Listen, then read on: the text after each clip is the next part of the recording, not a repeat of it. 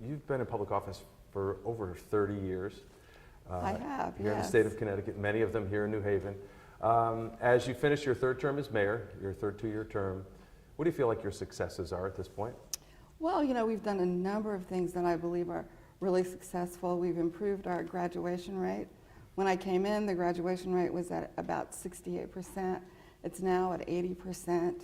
We've reduced the number of expulsions and suspensions that we have in New Haven Public Schools. How do you do something like that? That sounds like a big goal and a lot of achieving, but how does it happen? So one of the things that we worked on is a program that we developed called Community Youth Stat.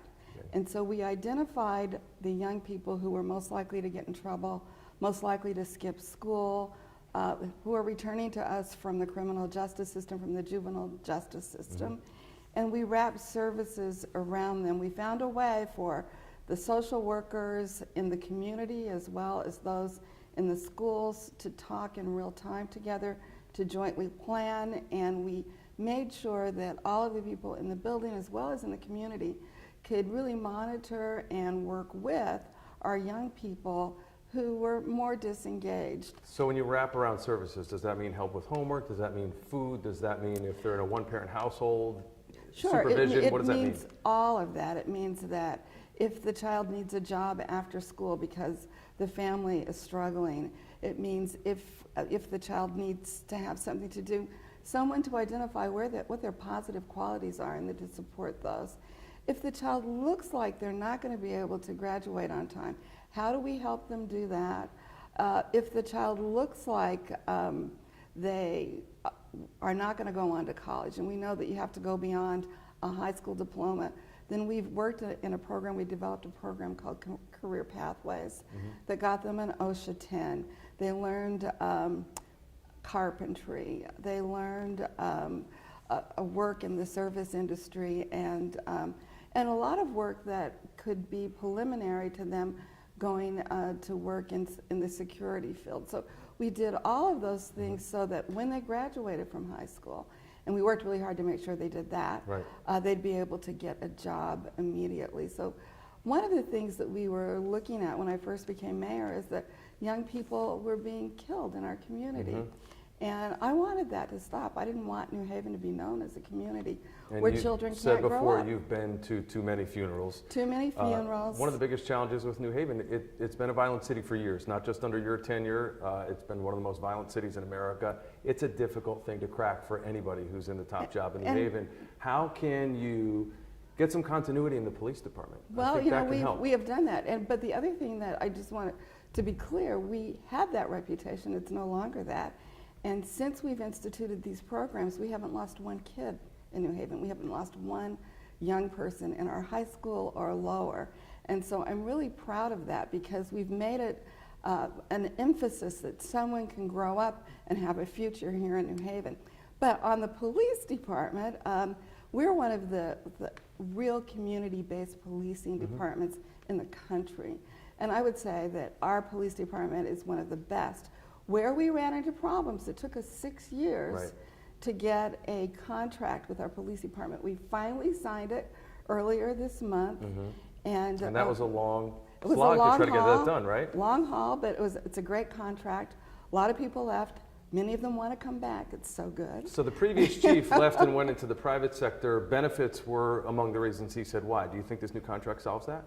I think it absolutely solves it for police officers and those who were really not in the higher echelon because they're in the executive and management. Right. And all of that has to go through the Board of Alders. It's an entirely different process.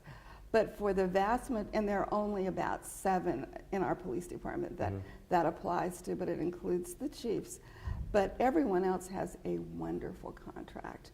And I believe that we're going to be able to attract people who want to be police officers and will come to New Haven, as I said before, because of community-based policing and the real close relationship between our police department and the community. We police differently than almost everyone else. How? Community policing isn't new. It's been around for a long time. How But does New nobody Haven does do it the way that we do it. We do a couple of things. We've divided our city into districts. And we have a district manager who knows everybody in the community. One of the things that we did during my administration is to give every single police officer their own cell phone. They give that number out to people in the community. We have cameras, body cameras, that our police officers use so that they're held accountable for their interactions with people.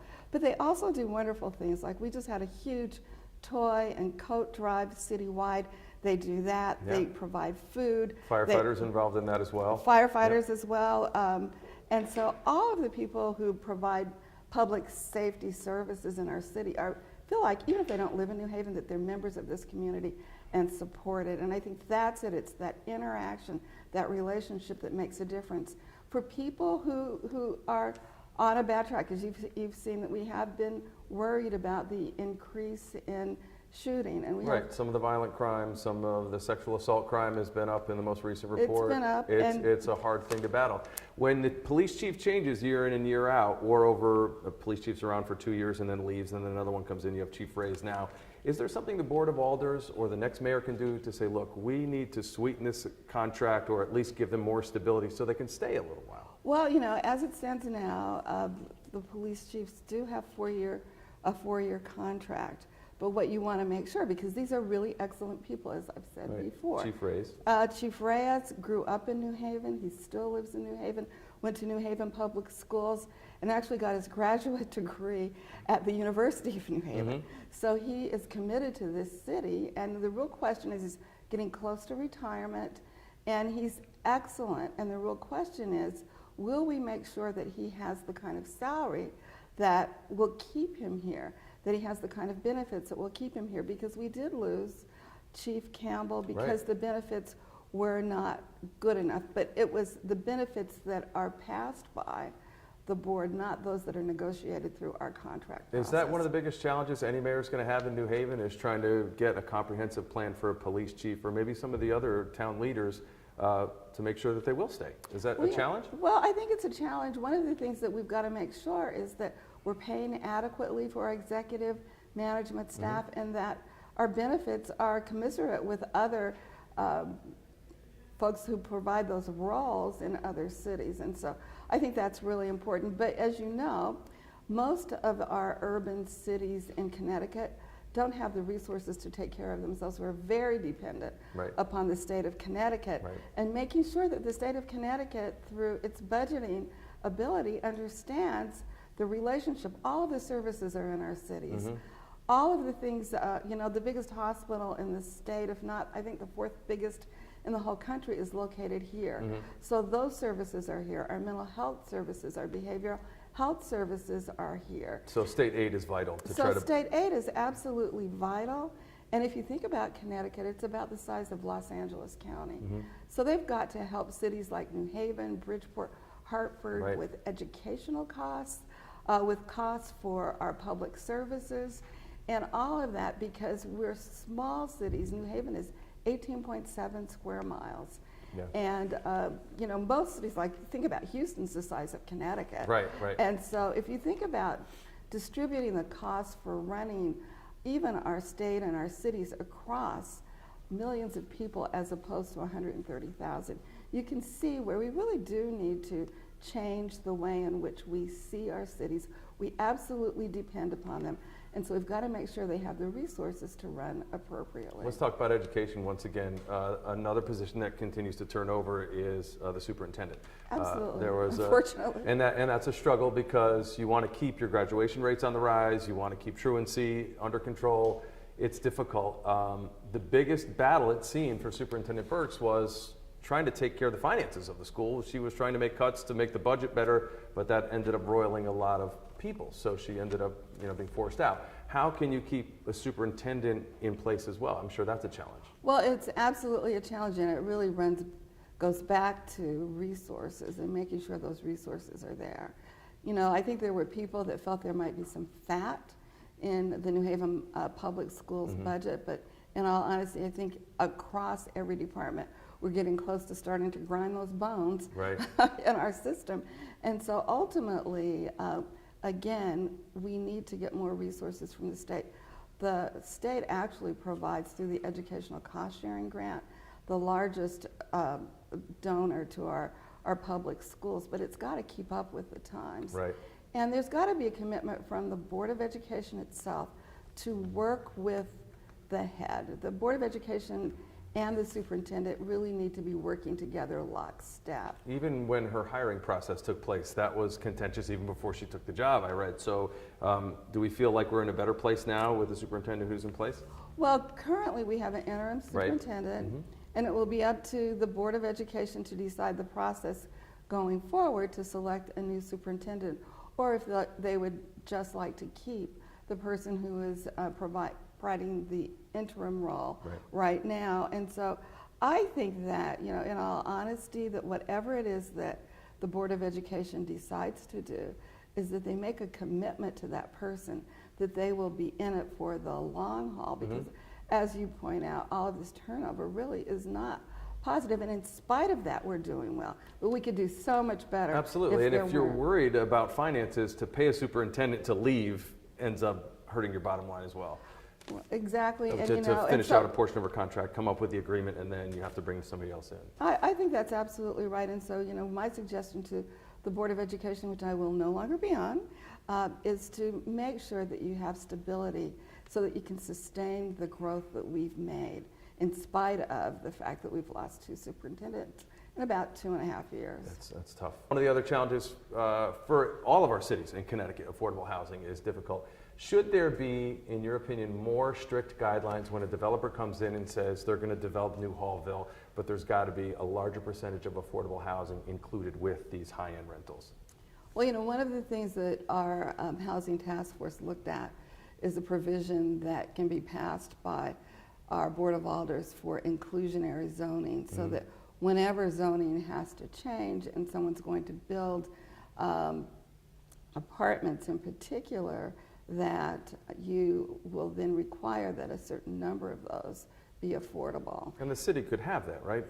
Absolutely. Yeah. So it's just a matter of, it was recommended to the Board of Alders through this task force, and so they're going through the process of actually developing an ordinance. So that will be something that we'll be able to, a tool we'll be able to use in the future, the city will be able to use. And moving forward, how long does something like that take? It's just one of those things that it takes how long it takes? Well, it takes, you know, you have to get a supermajority in order to pass an ordinance in our city. And so it has to go through public hearing process. Some of that was done, and it goes through a number of committees, and those committees determine whether or not if everything works perfectly, it takes a minimum of 3 months to go through the process. And it may take longer depending upon whether or not it's difficult to get the supermajority that's required to pass an ordinance. Has it been a difficult battle as far as trying to create affordable housing in New Haven? Because it really is. New Haven is very much a microcosm of the state of Connecticut. There are plenty of haves and there are plenty of have-nots, and there's a big gulf in between. Is it difficult to try to get something through the Board of Alders when it comes to affordable housing? You know, I don't think it's really that difficult. And for many years, we were trying to get developers to come here.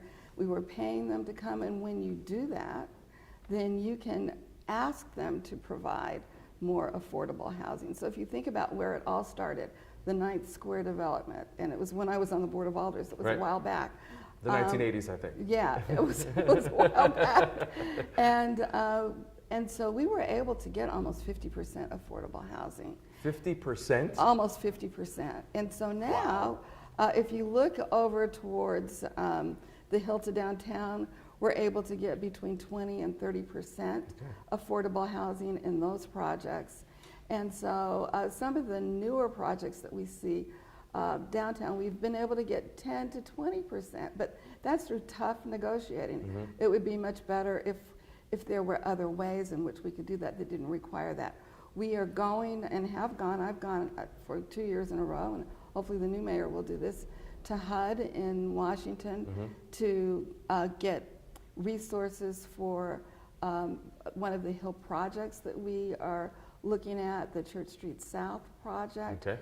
And that helps as well, so that if you can get subsidies, that's another way in which you can entice a developer to build a multi-income project, which I believe are the most successful projects and those that we need, so that we have economically integrated communities in New Haven. How do you feel about the progress being made with Yale New Haven and trying to hire local residents as part of the behemoth that is Yale University and help share in some of the prosperity of the university? Well, the university itself has done a phenomenal job. They said they would do 1,000, with over half of those coming out of our communities of need.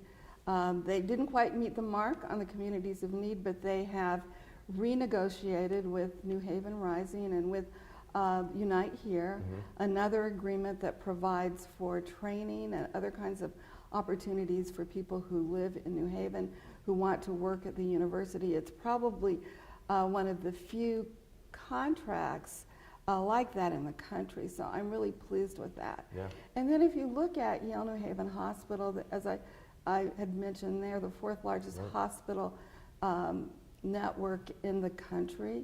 And while they haven't been going through New Haven Works, which we set up for New Haveners to come to get jobs, they have a commitment as well to hire New Haven and have been doing a laudable job. Have they committed to any numbers?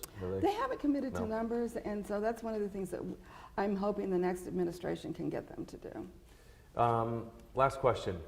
You said that you're not going to retire from public life, even though you won't be the mayor anymore. What's next for you, and what would you like to see for your city? Well, I'm going to continue working in the community, and I started before I was mayor. I worked with the homeless population, so I'm likely to do some sort of volunteer work with that.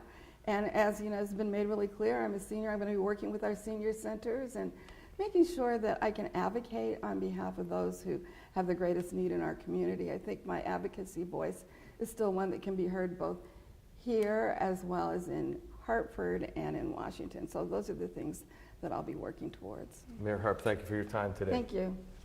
This is Face the Facts with NBC Connecticut.